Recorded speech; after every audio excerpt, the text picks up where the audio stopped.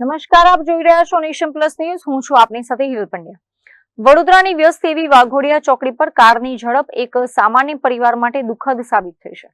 વાઘોડિયા ચોકડી પાસેથી ઓટો રિક્ષામાં શાકભાજી લઈને પસાર થઈ રહેલા એક ઓટો ચાલકને પૂરપાટે ઝડપે આવતી એક કારે જોરદાર ટક્કર મારતા ચાલકનું મૃત્યુ નીપજ્યું હતું. વડોદરા શહેરમાં કાયદો વ્યવસ્થા અને ટ્રાફિક નિયમો જાણે માત્ર કાગળ પર જ હોય તેમ બેફામ વાહન ચાલકો નિર્દોષ લોકોનો ભોગ લઈ રહ્યા છે. અકસ્માતની આ હૃદયદ્રાવક ઘટના વાઘોડિયા ચોકડી પાસે આજે સવારના સમયે ઘટી હતી.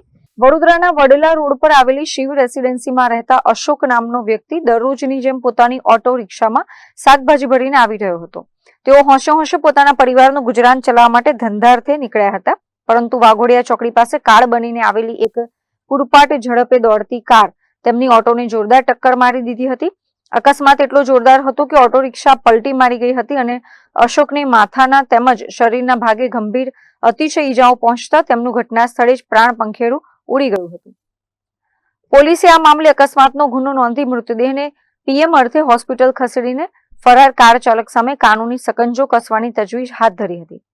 અત્રે ઉલ્લેખનીય છે કે જૂન મહિનાના ત્રીજા રવિવારે જ્યારે સમગ્ર દેશ ફાધર્સ ડે ઉજવી રહ્યો હતો ત્યારે અશોકની બે માસૂમ દીકરીઓએ પિતાની છત્રછાયા હંમેશા માટે ગુમાવી દીધી હતી.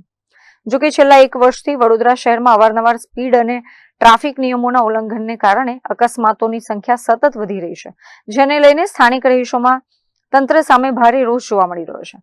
Bureau report, nation plus news, Vadodara. સમાચારોના સતત અપડેટ મેળવવા માટે અમારી નેશન પ્લસ ન્યૂઝની યુટ્યુબ ચેનલને સબસ્ક્રાઇબ કરો, બેલ આઇકન દબાવો અને જોડાયેલા રહો ફેસબુક, ઇન્સ્ટાગ્રામ અને ટ્વિટર પર.